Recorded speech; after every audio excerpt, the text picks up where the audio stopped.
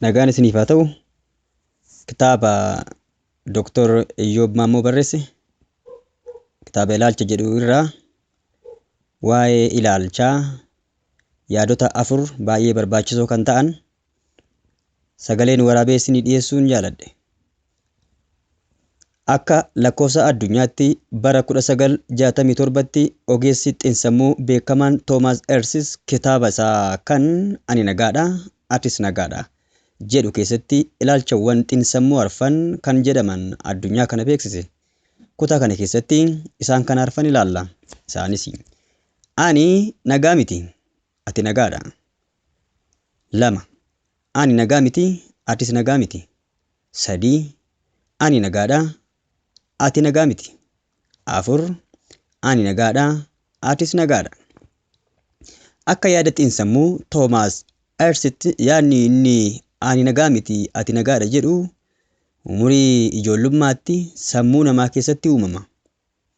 Mucaan waggaa 2 hin guutin kan gargaarsa maatii isaatii jala utuu jiru namoota isa raffisan, irriibaa kaasaa, kunuunsaa, namoota beekoo akka isaan ta'an utuu hin hubatin waa'ee isaanii sammuu isaa keessatti yaadni rakkoo tokko wantan qabuuf namoonni kun na gargaaru jedhu akka uumamuuf dirqisiifama. Kana jechuun yeroo hundumaa gargaarsa maatii isaatiin waan jiraatuuf ani nagaa miti, ati nagaadha yookaan ani nagaa miti, ati koo nagaadha, kanaaf yeroo hundumaa na gargaaru jedhee of keessatti yaada. Akka yaada Toomaas Ersitti mucichi guddatee amma dargaggeessa ta'utti dhiibbaa ilaalchaa kana jala tura. Haala kanaan namoonni ani nagaa miti, ati nagaadha jedhan namoota miirri gadaantummaa isaanitti dhaga'amudha. Yeroo hundumaa ofii isaaniitii namoota biroo waliin wal dorgomsiisuudhaan miira gadaantummaatiin liqinfamanii argamu. Nama hundumaaf mijatee isaaniif mijachuu akka didee, karaa nama hundumaaf qajeelee kan isaanii akka qajeeluu didee fi dhiibbaan akka itti baay'ate namoota carraa gadheen isaan mudate akka ta'an yaadanidha. Namoonni akkasii naannoo waajjira isaaniitti ija jabummaa waan hin qabneef hojii kamiinuu akka hin dandeenyetti yaadu. Akkasumas namoota nama hundumaa gaditti of ilaaluudhaan beekamanidha. Gaa'ila keessatti hidhata gaa'ila isaanii madaaluu akka hin dandeenye yaaduudhaan yeroo hundumaa hacuuccaa yaadaa jala jiraatu. Hojii gareedhaan hojjetamu keessatti callisanii yaaduma gareen sun kenne fudhatanii irratti hojjetu. Dhiibbaa geessisan tokkollee hin qabani. Mallattoon isaanii maali? Mallattoon namoonni ani nagaa miti, ati nagaadha jedhan. 1. Dubbii isaanii. Namoonni ani nagaa miti, ati nagaadha jedhan yeroo hundumaa carraa isaanii abaaraa jiraatu. Waa'ee eenyummaa isaanii, haala isaanii, waa'ee jireenya isaanii, wanti isaan haasan jechoota gadaantummaa mul'isaniin guuteen jira. Nama hundumaatiif mijatee isaan qofa akka didetti yaadu. Akkasumatti dubbatus. Jechoonni injifannoo kanneen akka ni ta'a, ni milkaa'a, nan injifadha jedhan afaan nama akkasii keessaa dhaga'amee hin beeku. 2. To'annoo jala jiraatu. Namoonni ilaalcha ani nagaa miti, ati nagaadha jedhu qaban amma barbaachisu olitti akka namoonni isaan to'ataniif karaa saaquufi. Yeroo hundumaa namni isaan hoogganu akka waan sirrii ta'etti waan yaadaniif wanta inni itti dubbatu akkuma dhufetti fudhatu. Ni ajajamuufis wanti jireenya isaanii balleessu yoo isaanitti dhufellee qajeelfama dhiyaatuuf callisanii fudhachuudhaan beekamu. 3. Ejjennoo isaanii mul'isuu hin danda'ani. Namoonni ani nagaa miti, ati nagaadha jedhan waan tokko irratti yommuu ejjennoo qabaatan ejjennoon isaanii baay'ee daangeffamaa ta'a. Xiqqoo jajjabaatanii ejjennoowwan tokko tokko qabaachuu yoo yaalan iyyuu ejjennoo isaanii ibsachuuf baay'ee rakkatu. Dhaggeeffataan isaanii yaada kan isaanirra wayyuu akka qabu waan amananiif ilaalcha gowwaa fakkaatanii mul'achuutiin haleelamu. Keessumattuu naannoo namoonni walitti heddummitanii jiratanitti amalli isaanii kun qaratti irraa mul'ata. Namni ilaalcha ani nagaa miti ati nagaadha jedhu qabu tokko ilaalcha akkasii keessaa maaliif akka seene ilaalla. Maddi sababa kanaa maali? Tokko, dhiibbaa namootaa. Namoonni tokko tokko yeroo daa'imummaa isaaniitti kunuunsa xiinsammuu ijoolleetiif barbaachisu utuu hin godhiniif jechoota qofaan guddisu. Ijoolleen tokko tokko immoo barsiisa isaanii isa hubannaa bilchaataa hin qabne irraa jechoota badoo dhaga'aa guddatu. Jechoonni sunniin miira ijoollee sanaa irraan miidhaa guddaa geessisa. Ijoolleen reebicha arraba akkasii jalatti guddatan sammuun isaanii keessatti ani nagaa miti jedhanii suuressuudhaan waliin guddatu. Inni kan biraa yaadni namatti baay'achuudha. Namoonni hedduun yaada dukkanaa'aa fi duubatti afaa baadhatanii jireenya dadhabsiisaa jiraatu. Namoonni akkasii hojii isaanii yookaan hojjaa isaanii yookaan halluu gogaa isaanii yookaan hojii isaanii otoo jijjiirratanii keessi isaanii ni gammada ture. Gabaabadhumatti ani nagaa miti jedhanii waan yaadaniif olaantummaa nama kan biraa utuu ajaa'ibsiifatanii olaantummaa dhuunfaa isaanii of hatu.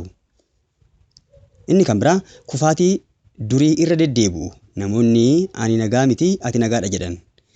Mudannoowwan akka daldala keessatti kasaaruu, hiriyyaan nama gatee deemuu, mudannoowwan abdii nama kutan akkasii keessa deddeebi'uudhaan haalota namoota naannoo isaanii ilaalanii milkoomina namoota yommuu argan ani nagaa miti jechuudhaan miira kufaatii keessa seenuu ni danda'u.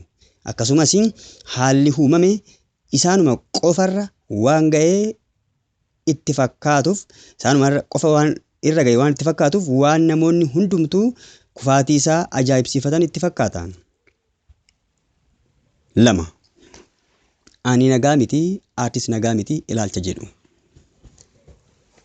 Olitti akkuma ilaalle ibsa xiinsammuu Toomaas Edison arfan keessaa inni ani nagaa miti ati nagaadha jedhu umurii ijoollummaa isaatti sammuu daa'imaa akka qabatu ilaallee jirra.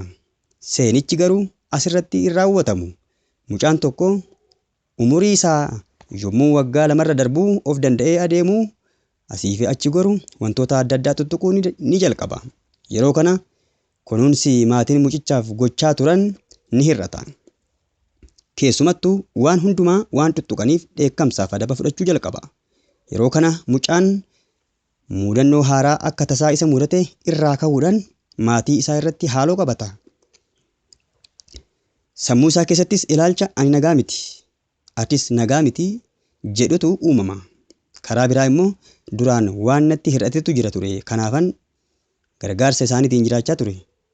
Namoonni dur na kunuunsaa turan amma natti jijjiiraman. Na dheekkamuu jalqabaniiru. Na reebus.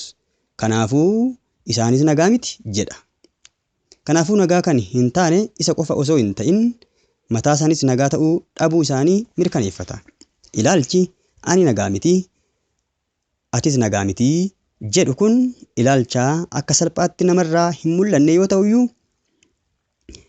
namoonni ilaalcha kanaan geggeeffaman hammas hin jedhaman. Hedduudha. Namoonni ilaalcha kana qabanitti jireenyi dalga itti galee jira. Jireenyi isaanii iftoomina hin qabu. Fayyummaan miiras isaanirraa hin mul'atu. Namoonni akkasii waajjira isaaniitti sababa rakkinaati.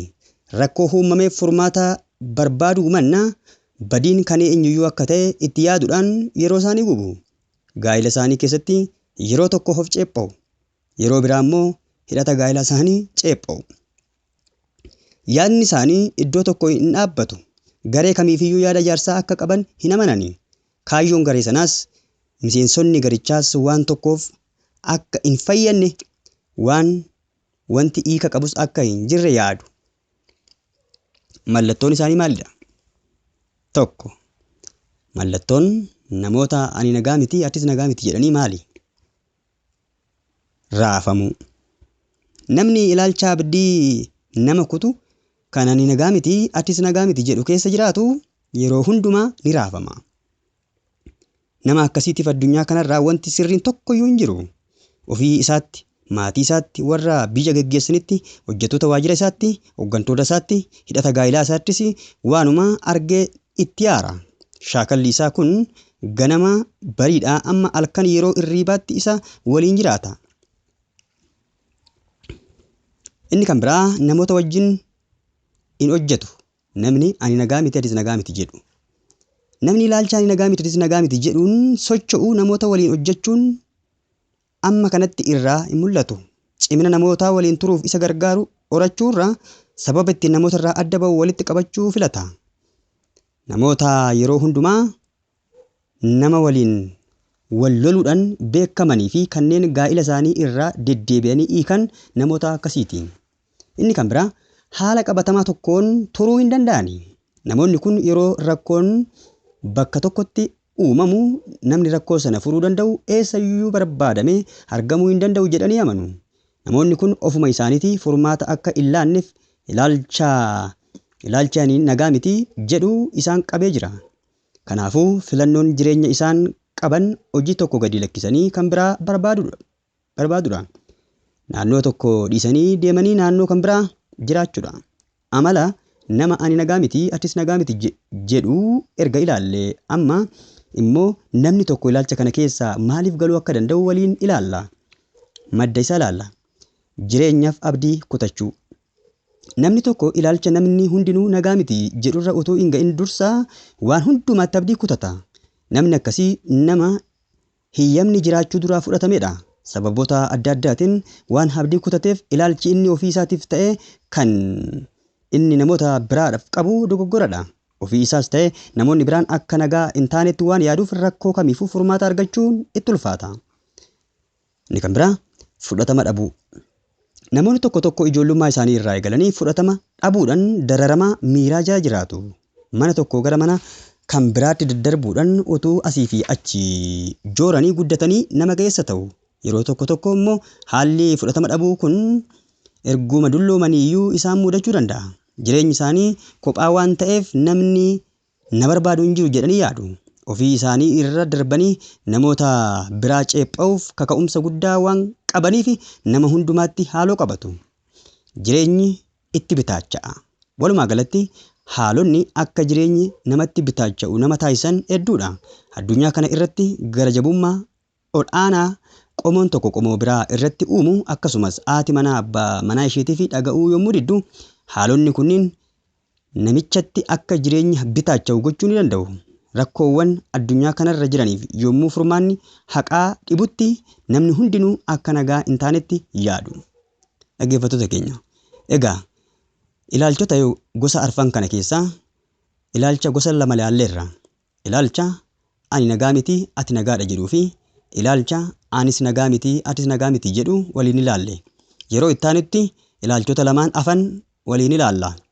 Ilaalchota ani nagaadha ati immoo nagaa miti jedhuu fi ilaalcha anis nagaadha atis nagaadha jedhuun yeroo biraa walitti deebina. Ani Abarraa Damiseeti. Galatooma.